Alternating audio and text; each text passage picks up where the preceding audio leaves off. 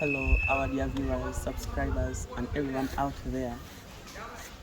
This is Odoi Augustine Faizu, Senior 5, Ribon Secondary School. So today we are gathered here. We want to have a talk about Kiswahili should be abolished in schools as a subject. But before we go further, let my dear guests introduce them.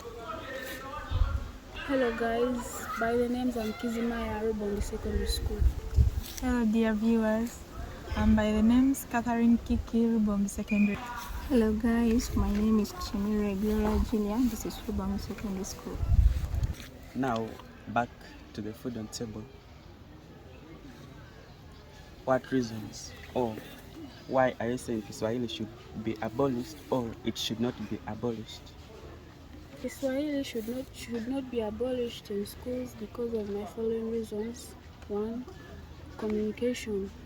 Swahili language is spoken by millions of people across the border of East Africa.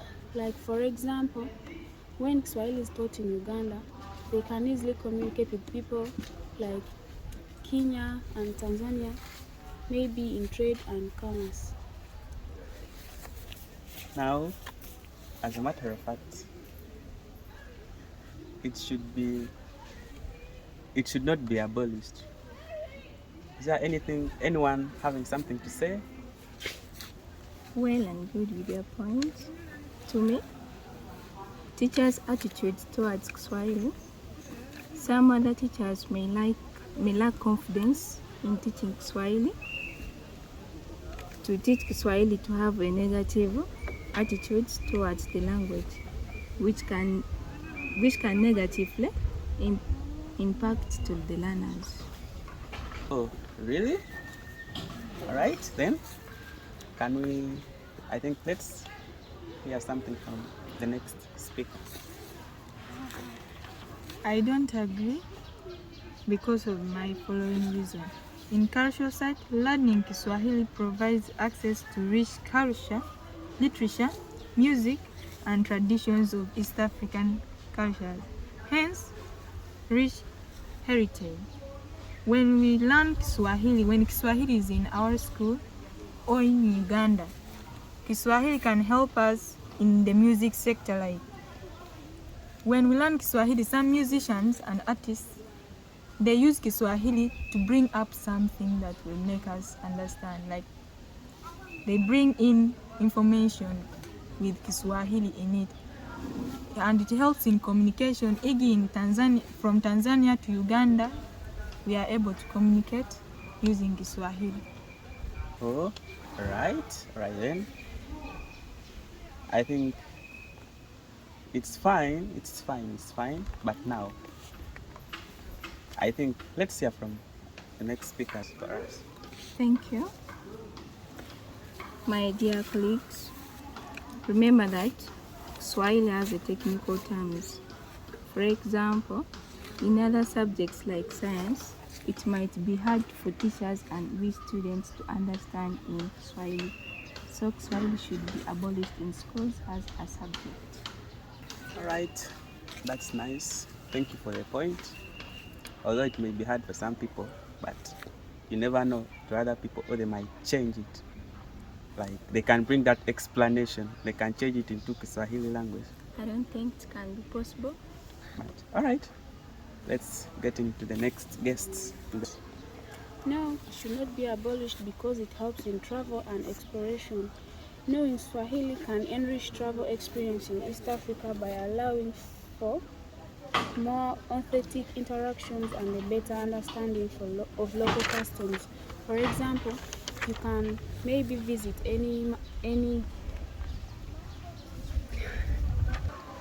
as I was saying, travel and exploration.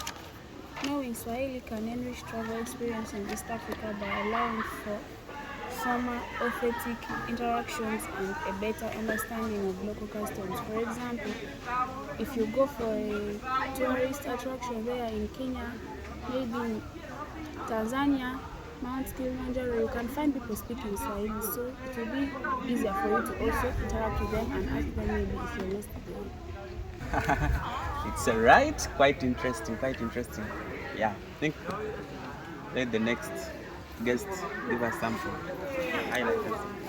Knowing Kiswahili is not bad, but remember, we have inadequate resources like qualified teachers, textbooks, and other learning materials, which can help us to have learning of the Kiswahili. But because of the lacks of the materials that we are having, it can hinder the effective instruction, leading to poor learning outcomes to the learners. It's okay. Quite interesting, I think. In case, is there anyone who has something to add on? Yes, of course. In the education sector, when we learn Kiswahili, it improves on our overall languages skills, making it easier for us to learn other languages. For example, when you learn Kiswahili, there are some other terms that when someone knows Kiswahili cannot mention it. When you say habari, habari means news. But when you greet someone, and some people know that habari is like how are you, but the right and appropriate Kiswahili is to ask someone in a respectable way, is to tell someone hujambo, then someone will reply you utajambo. That's what I have, and due to that, in the education sector, learning Kiswahili, when you're saying that we lack books, lacking books doesn't mean that we cannot learn Kiswahili. One by one makes a bundle, and practice makes a perfection. When we learn slowly, with time we shall get into knowing Kiswahili, and we can make it our national language of Uganda also, to make communication easy in between Uganda, Tanzania, and Kenya, and other countries. Yeah, all right. Quite fantastic. It's fantastic. Yeah. Now, I think, is there anyone who has something that we can add on board? Or Yes, I can still put in something. Remember, some students might view Kiswahili as a less important subject, especially if they are focused on careers or academic activities, parts that do not require Kiswahili professionally, hence leading to lack of motivation to the learners. So some other learners may not be much interested, however much the requirements are there, as you were saying. It is a matter of someone having an interest. So it is Kiswahili on my side should be abolished in school as a subject. I still do not agree with my opponent, because even English is not our language. We were colonized, and then we were colonized by the British in Uganda, and so we had to learn English. But officially in Uganda we have many languages like Luganda, Jap, Lusoga. So everyone goes to school to study. Even Kiswahili we can study as our language to make it. yeah, so that has been our talk of the day, whereby some people were saying Kiswahili should be abolished, and others were saying Kiswahili should not be abolished in secondary schools as a subject.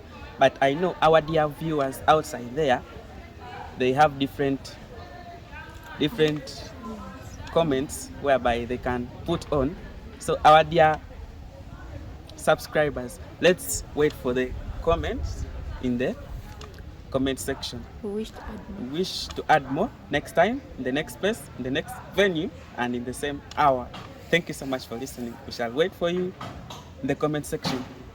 In case of anything, we shall keep you updated. Thank you.